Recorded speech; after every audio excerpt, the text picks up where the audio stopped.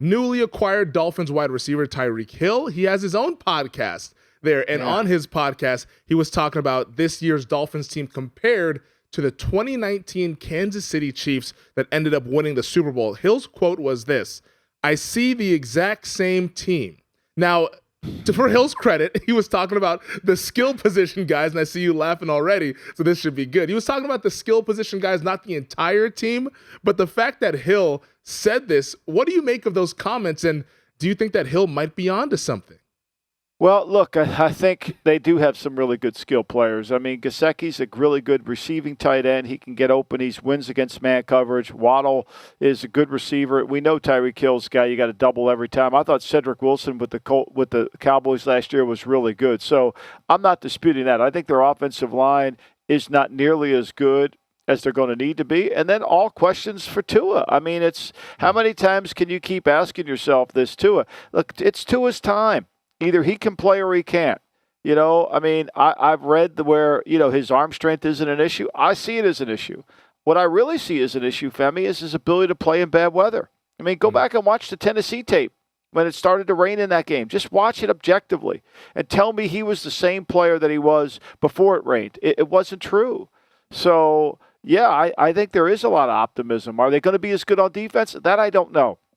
Because Josh Boyer is going to want to blitz a lot more. I think Brian Flores, the former head coach, was there to secure a little bit of balance with their defense. And then where's Mike McDaniel? Mike McDaniel gets this job because he's a running game guy. He's a running game play-action pass guy. What are they going to do offensively? Are they going to run it more than they throw it like Kyle does out in San Francisco? We shall see. But, look, we have a lot of competition on the podcast. I mean, a lot of players are into it. There's no doubt, right? There's a lot of conversations going on. I mean, I listened to 3 minutes of Jamarcus Russell try to make an excuse for where he is in life, like, seriously, have some accountability, big fella. Like, come on.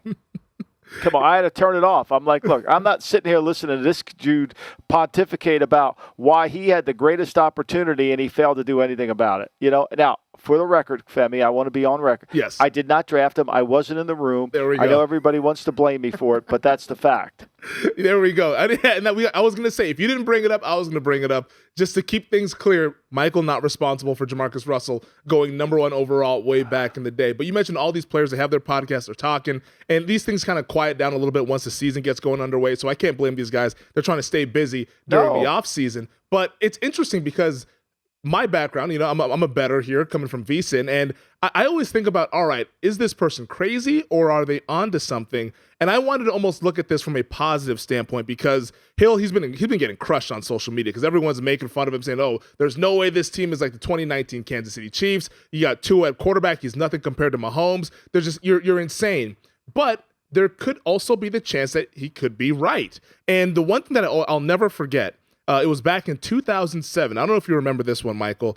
Brett Favre, before the 2007 season, said that the 2007 Packers were the most talented team he'd ever played on. He was saying this after OTAs, mini camps, heading into training camp, and people were like, what is he talking about? He won a Super Bowl with the 96 Packers. They went to another one in 1997, and it was a bold statement because the previous 2 years, the Packers were 8-8 and 4-12. So you hear him saying this is the most talented team ever. Everyone thought he was nuts. The Packers end up going 13-3 that season. Now, they don't win the Super Bowl. They end up losing in the NFC Championship game, partly due to Brett Favre's interception in overtime there against the New York Giants. But clearly he felt really good about that team to where Hill, he's seen these guys more than we've seen them. He's been through OTAs. He's been through minicamp. That I know it's easy to laugh at him, and I laughed when I initially saw it as well. But then part of me also was like, hey, maybe he could be on to something here because he's played on a championship team and he knows what it's supposed to look like.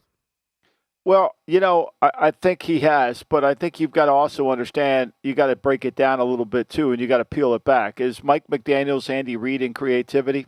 I don't know. We got to see that, I don't know. And anybody who thinks that Tua and Mahomes are on the same platform. Yeah, I mean, you don't need, that's not even close, right? I mean, Mahomes can throw the ball in either direction across his body and do what he has to do.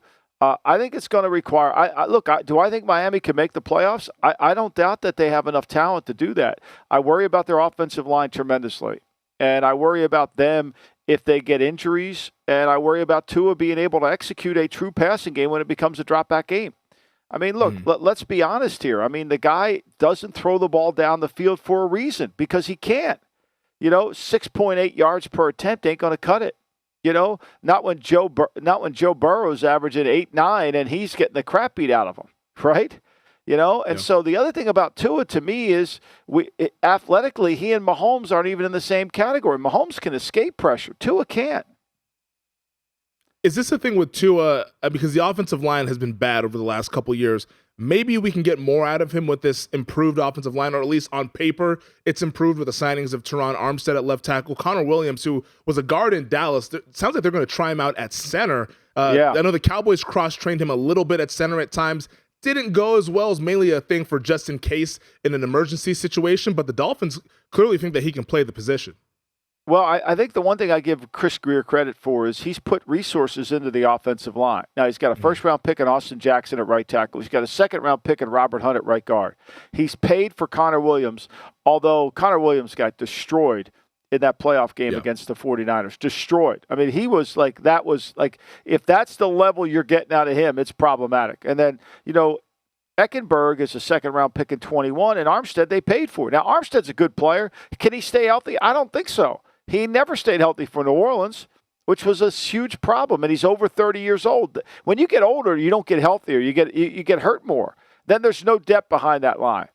There's no depth behind that line. So, look, on paper, everything we're talking about right now, I just wrote a column about the Bengals. And, on paper, they look like the better team. Are they going to be the better team? Paper doesn't matter. It's how you play and how you execute. And we're going to listen to all this conversation about how good Miami is and where we go, but it's all going to come right back to the quarterback, too. It's going to come back to whether he can do it or not, Femi.